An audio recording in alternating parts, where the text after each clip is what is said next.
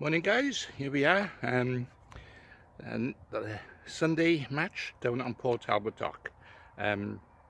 See if I can do a bit better than last Wednesday at my go on the commercials. It's a lovely sunny day at the moment. Forecast a little bit of rain, I don't know if that's going to happen. Anyway, just done a little preparation, just quickly show you. I've got my special bream mix which I've been using. It's a combination of well, it's black crumb, but it's also had aniseed, hemp and fish meal, and that combination seems to work very well. So that's my ground bait mix. And the feeders, we use taped up feeders. Basically it's a feeder, cage feeder, taped up. The idea is when you fish in deep water, nothing will escape until it hits the bottom, because that's where you want the fish to stay. Otherwise, if you don't tape it up, bits and pieces will come out the feeder and the fish will follow it up to the surface or up in the water, and you don't want that in 30 foot of water. You want them down deep. So there's a little tip there. Just a bit of insulation tape wrapped around a 20 gram and 30 gram feeders. Okay. I got a few of them. So here's my prep, which will get to my peg. I've just drawn peg 14, so that'll be interesting. I am drawing that for a while, so let's see how I get on. See you down at the peg. Right, just have a little walk up, see these pegs, which are the favourite pegs. Peg 16, Steve Gardner. Not the Steve Gardner, but the Welsh Steve Gardner. Hello Steve, you'll be alright there? Be alright there? Yeah, you going to set the pole up? It's deep. The slide will work here because it's, you know, yeah. I've had that a couple of times now. Yeah. Yeah. Okay, good. Yeah, that's a Welsh Steve Gardner. Right, who we got here? This is oh, Scott. I bet he forgot my worms. I'll ask him now, the organiser. Yeah, you can draw them, Steve, can you? Oh, right. Scott. We're our local dealer, we have. We come to our local dealer. Black's in the car. Right, and maggots, red maggots. Yeah. Did you get my worms? Yeah. Yeah, I thought Scott's you always forgot. got worms, hasn't he, Scott? I've always got worms. Oh, you have? Oh, fair enough. Okay. 7 kilos. You ever see him sitting still on his box? You know why. The secret to his success, look. Yeah. Dead maggots. Yeah, maggots. Yeah, he's been doing well. He holds the record now, 117 pounds. So not bad, is it? That's a very good record. It's going to be very hard to beat that. Oh, yeah. Big time. But records are there to be beaten anyway. So. There's a bottom there to your pole. Is that yours, mate? Dropped on the side up here. A back piece. Yeah, like that. Yeah. Right, let's have a look at the end peg, which is probably the favourite. This is peg 18. Now, this is interesting for the boys who's going to fish the festival next week. This peg won't be the end one next week, but it is this week. Ian Driscoll from Newport, pole specialist. Hello, Ian. You all sorted? Yeah, good. You haven't plumbed up yet? No, you haven't put anything out yet? No, a bit earlier. Tell me it's a pole peg, so... Well, you know, I think it was either this 18 or 19 Scott had. He had like 60, 70, 60 odd pound. Yeah. Yeah, he reckons it's a record whip. A lot of roach. Yeah. But I've seen a couple of rudd moving around on the inside, so, you know, perhaps the fish are coming into the shallows now. Yeah. You can do a weight on it, can't you? So Yeah. right. We'll give it a go then. You happy? I am what I am, yeah. It's, you know, it's an average peg, but, you know.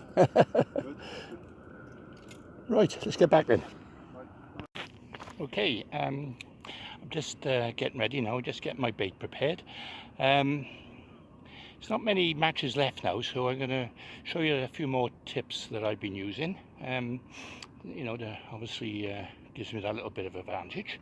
Right, first of all, the ground bait I was telling you earlier, what I've done, I've mixed it so far, but I haven't taken any lumps out yet, and there's a reason behind that. I mix it by hand. I don't want to use a drill, because what I want these lumps, because I'll be using them basically for balling in. When I sieve it off, the fine ground bait then will actually be used in the feeder. Right, obviously I'll be putting casters in, because casters, when I ball it in, I'll be putting a few dead maggots and casters in. Also some corn, which trusted from Asda's, 37p a tin. Can't go wrong, really. The other secret I use is obviously, it's not a secret, but a lot of people, is basically drowned maggots. I don't like to kill them the day before. I'd rather kill them on the day, because basically they're fresher. The ones you see on the top, they're the ones who's managed to survive. Now those become floaters, so I'll be using them for hookers anyway, but the ones underneath will drown, and they become, you know, basically dead almost. As I say, I've only just introduced that, usually about half hour to an hour before the match. So I'll put the lid on that, because I don't want them to escape. There's my normal maggots, and there's an empty bucket ready to put the mix in. So what I'm going to do now, I'm going to sieve off the crumb and the sieve crumb. Oh, by the way, this is the other secret. Pure aniseed. Now I put this pure aniseed powder, it is available from my website, Gold Medal Ground Baits, and I should be sprinkling this on the actual on the ground bait afterwards to give it that boost, and also on the maggots as well. I'm a great believer in aniseed, always have been, and over the years it's proved to be a real success and a winner for me. So what I'm going to do now is start sieving the ground bait.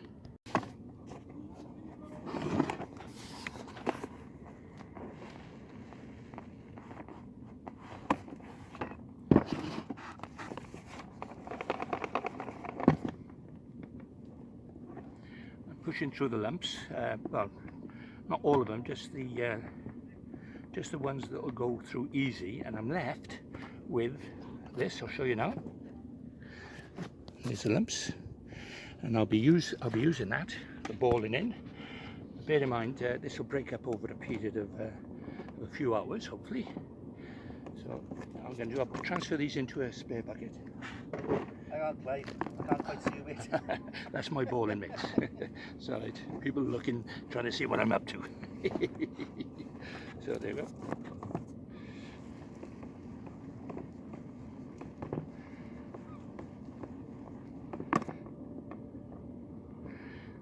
Lovely smell of aniseed. And in the ground bait there's fish meal.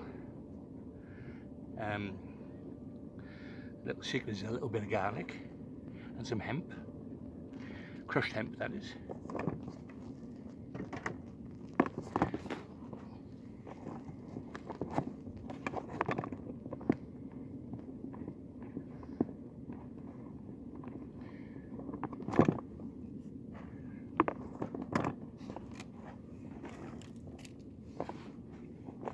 Now, obviously, I've probably done about 3/4 of a bucket of the ground bait, and that should see me through, hopefully, the match. I'm just sitting off the lumps, actually. Go into there.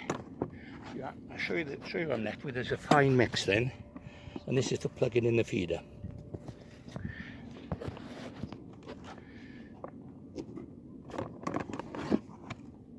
So here's my mix now. Just going to make some balls up now. As you see, all the lumpy bits, and this will make a really good ball, which will hopefully break up over a period of time. And there's my sieved ground bait, which I'll be using as a plug-in, and this will be going over the top of that. Okay, I'm about ready to start. 5 minutes after everyone else. There's my balls. There's the plugging in part of the ground bait, which I transfer to a small bowl. Casters, maggots, corn. Don't forget the worm. Also handy, my hooks and nylon rigs already already. Oops, if you can see that there, sorry about that. And a towel and a sponge. And I'm ready to go. Okay, let's slant the ball in.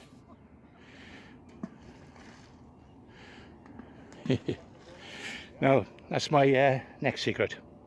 Always be the last one to ball in. You don't need to be first. Because what happens, it does one or two things. It either, it's like a dinner bell, it either attracts them straight away or it frightens them off. And my theory is it frightens them off for a little bit. So I'll let them carry on. Then once they've all settled down, then I'll put my balls in and frighten the life out of them.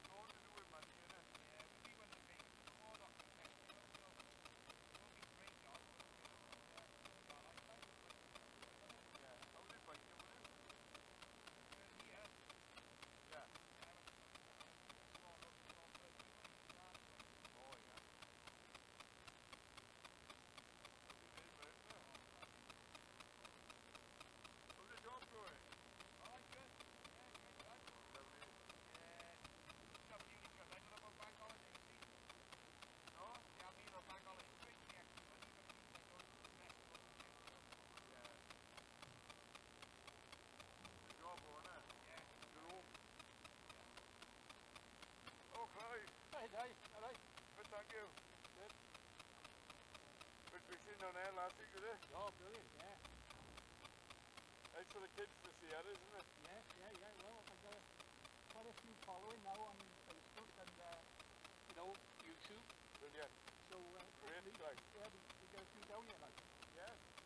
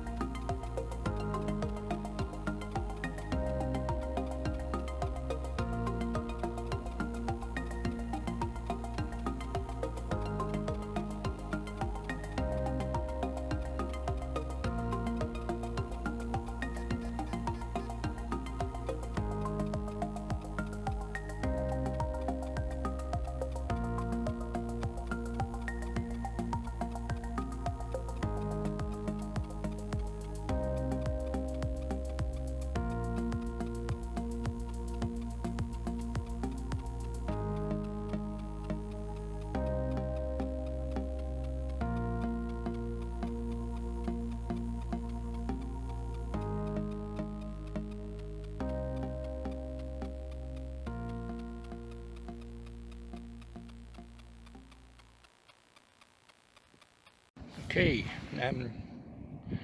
it's an hour and a half into the match now. I've had a couple of roach to begin with, and now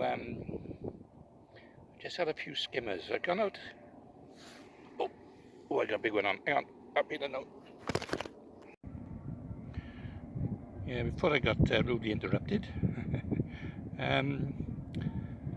what I've done, I scaled down a little bit. I've gone to a 16 hook double maggot just to see, and I've gone further out as well. I've gone a bit, another 4 rod lengths further out than my initial ground baiting, because I think they're just hanging off the main bait at the moment. As I say, it's a bit of a cat and mouse game. Got a little bit of a bite coming here now, I think. I just twitched it a little bit just to see. Oh. Yeah, I've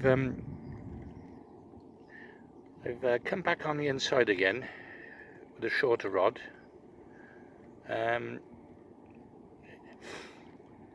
just need to rest the outside swim, I think, because when I go out there I get a couple of bites and then a couple of fish and they disappear. So by coming in close again and giving that a break, a rest, and then on the other side of it, the coin, I'm actually getting bites on the inside as well. So I shall keep switching between the two lines.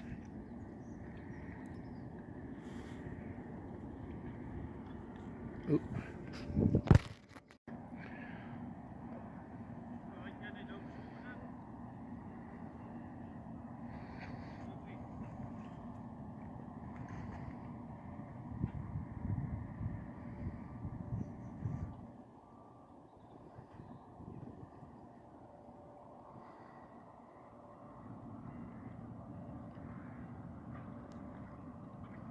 Okay, well, they're doing the weigh-in now.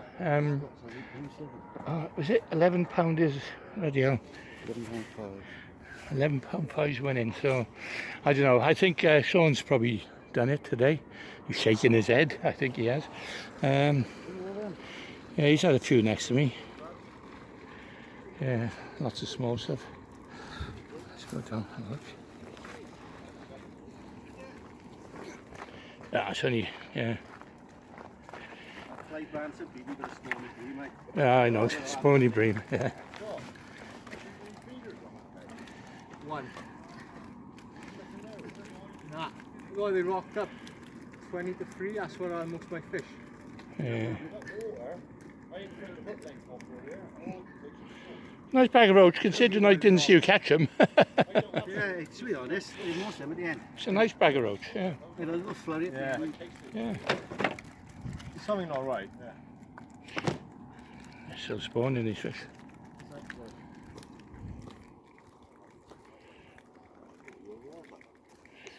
Eels are spawned anyway. Yeah. 11-4. Oh. Yeah, yeah.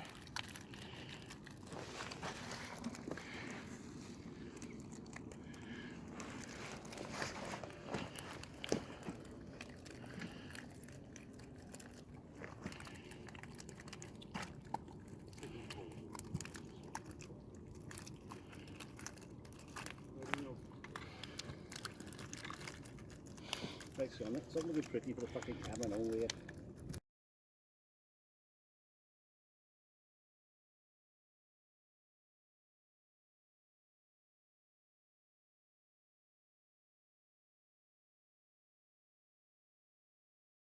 Okay, match is over.